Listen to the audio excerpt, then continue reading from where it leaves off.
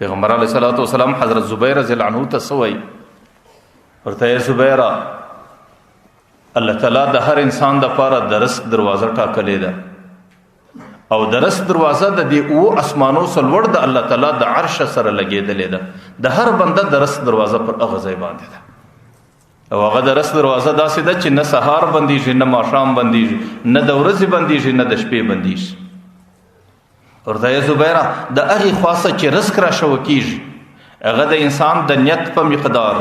هغه د انسان د عطا په مقدار هغه د انسان د صدقې په مقدار باندې دی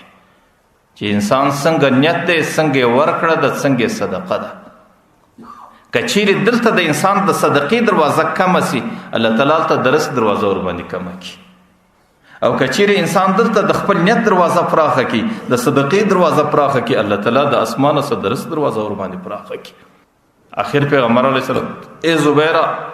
په خپلم پر ځان تنګي مراوله د مسلمانانو سره هم د تنګي معامله مکوه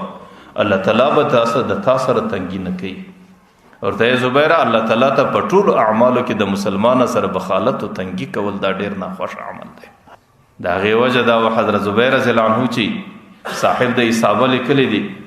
چې حضرت زبیر رضی الله عنه باندې ژوندۍ داسې تیر اسوه دا غي به زر غلامان خالد دا غي د مال او د مزوک سره خراج راټولاوي لیکن په ټوله ژوندۍ کې دا غي په کور کې یو دراهم پاتې نسلو چې هغه براتلو پر غلار به صدقه کېدل حضرت زبیر رضی الله عنه چې کله د دې دومره مال او دولت سره وفات کېده په دی وخت کې د 100 دراهم قرضدار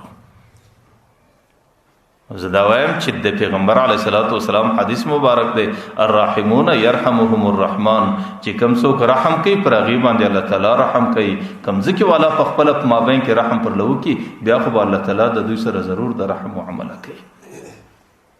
ځکه دا میاشته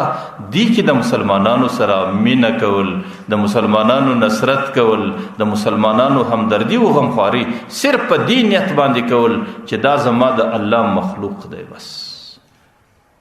دا زما د الله محبوب انسانان دي او ما درته د پیغمبر قول دی چې دا زما د رب عیال دی پیغمبر علیه السلام وايي په احسب